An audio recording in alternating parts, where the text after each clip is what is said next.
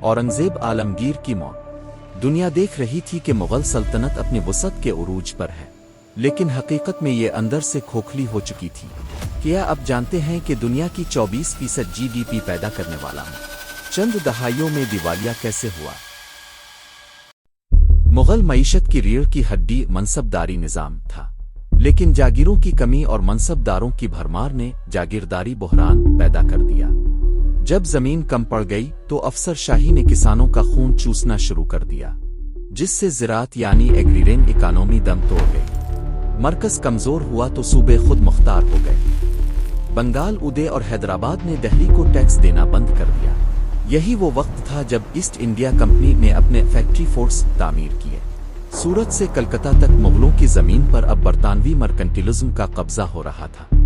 مغل بادشاہوں نے برطانوی تاجروں کو ٹیکس میں چھوٹ دے کر اپنی ہی معیشت کے پاؤں پر کلہاڑی ماری۔ مقامی تاجر تباہ ہو گئے اور کمپنی نے ہندوستان کا خام مال سستے داموں لندن بھیجنا شروع کر دیا۔ یہ ڈرین آف ویلتھ کا آغاز تھا۔ خالی خزانہ، کمزور فوج۔ جب نادر شاہ نے 1739 میں دہلی کو لوٹا تو مغلوں کے پاس اپنے دفاع کے لیے پیسے تک نہ تھے۔ تخت طاؤس کا چھن جانا دراصل ہندوستان کے معاشی غرور کا جنازہ تھا۔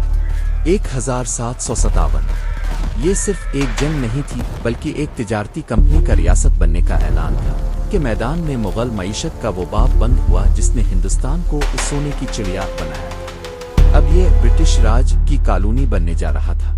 مغلوں کا زوال فوجی نہیں بلکہ سٹرکچرل اور معاشی تھا۔ جب ٹیکس کا نظام بگڑا، زراعت تباہ ہوئی اور تجارت پر غیر ملکیوں کا قبضہ ہوا تو سلطنت کا گرنا ناگزیر تھا۔